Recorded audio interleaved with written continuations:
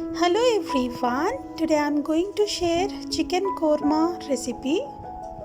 For that, wash the chicken thoroughly and marinate it with some salt, some turmeric powder, some red chili powder, 1 tablespoon of ginger garlic paste and mix it well.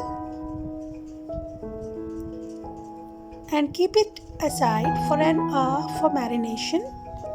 Then fry some chopped onions till brown.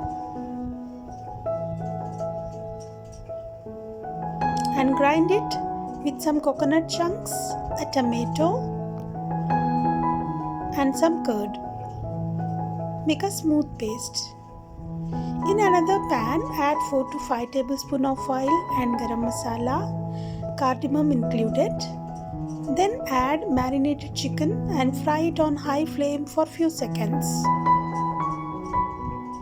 Then simmer the flame and cover the lid. Cook it for 10 minutes. After 10 minutes, add the grinded masala paste. Mix it well.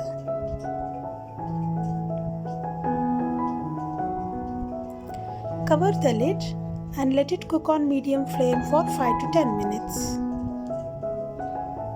Keep stirring in between and add chopped coriander, mint and green chilies.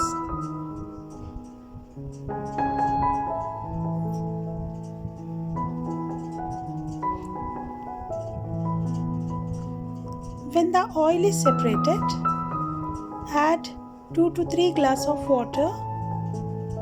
If you want more thin gravy, you can add more water. Then cook it on medium to high flame for 5 to 10 minutes. Then sprinkle some more chopped coriander at the end. Simmer the flame and let it cook for more 5 minutes. Now the super delicious chicken korma is ready to serve hot with bagara rice or plain boiled rice or roti. Bagara rice recipe link I have given in the description below. Do check out. Thank you.